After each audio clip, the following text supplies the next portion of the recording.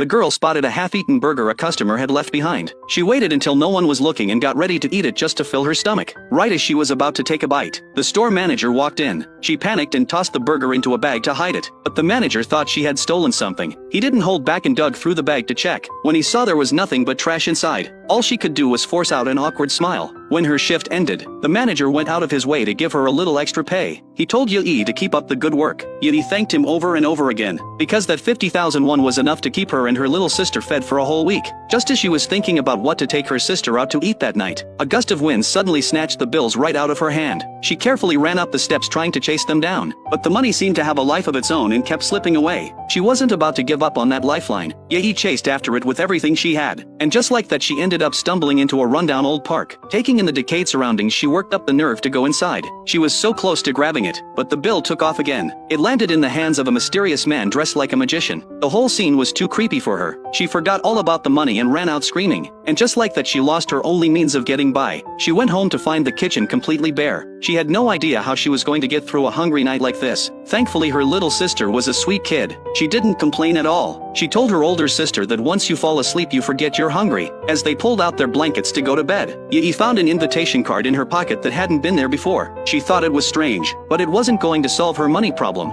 The next day, Yi had no choice but to go to school in socks full of holes. The class bully noticed how poor she was, and decided it would be fun to mess with her. Yi had no idea what was coming, but during the break she found a large bill tucked under her desk. She made sure no one was watching and stuffed it into her pocket. That's when the bully loudly pretended she had lost 50,000 won. Yi froze the moment she heard it. She gripped her pocket tight, her lips trembling non-stop, but she never said a word. For her little sister's sake.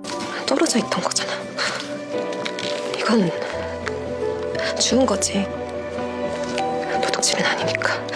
The bully saw her moment had arrived. She suddenly smirked, and said it was just money and to think of it as helping someone in need. For the bully it was nothing more than a little entertainment. But the whole thing left Yi carrying a heavy weight of guilt. That night, she waited until her sister was asleep, then forced herself to go back to that rundown park despite being terrified. She wanted the magician to give her money back. She hadn't even caught a glimpse of him yet, and Yi already wanted to turn and run. Just as she spun around to leave, the carousel suddenly started up with a loud noise. The magician appeared in front of her again. He assumed Yi had seen the invitation and come to meet him on purpose. But Yi only wanted her money back. The magician heard her and immediately pulled out the bill. Just as Yi reached for it, he gave it a light swipe. The bill turned into a blank sheet of paper. Yi begged him to stop playing tricks. She just wanted to grab the money and go. The magician slowly unfolded the paper. 한나라, 수만하라. Spoke a single incantation, and the blank sheet turned into 2 bills. He held both out to her, but Yi only took back the one that was hers. Then she turned to leave. Right at that moment, countless bubbles came drifting through the air. She was instantly captivated by the magical sight. The magician turned one of the bubbles into a crystal ball right before her eyes, then blew on it gently, and it turned back into a bubble and floated out of his palm. Even Yi, who had never believed in magic, was completely won over in that moment. With the money back in hand, the 2 sisters finally sat down to a proper meal. On her way out from work, the manager handed Yi a bag of food that was close to its expiration date. Yi thought she had met a decent person, so she opened up to the manager about her situation, and asked if she could get an advance on her pay to cover the rent. To her surprise, the manager didn't hesitate and pulled out 300,000 won. Just as Yi was so moved she was on the verge of tears, the shameless manager started making moves on her. He knew there were no adults at home waiting for Yi, so he kept pushing further and further. But instead of getting what he wanted, he ended up getting shoved to the ground by Yi. He immediately flew into a rage. Using his size to his advantage, he grabbed hold of Yi, demanding she pay him back while raising his hand to hit her. Right at that moment, the magician appeared again. He gave his cape a light swoosh, and just like that, this man who stood well over 6 feet tall vanished into thin air. Yi figured it was just some kind of trick. But the next day, that convenience store was actually shut down for good. That's when she remembered what her classmate had once said. There was a magician living in that abandoned park. They said he could make people disappear out of nowhere, and anyone he made vanish would show up as a missing person the very next day.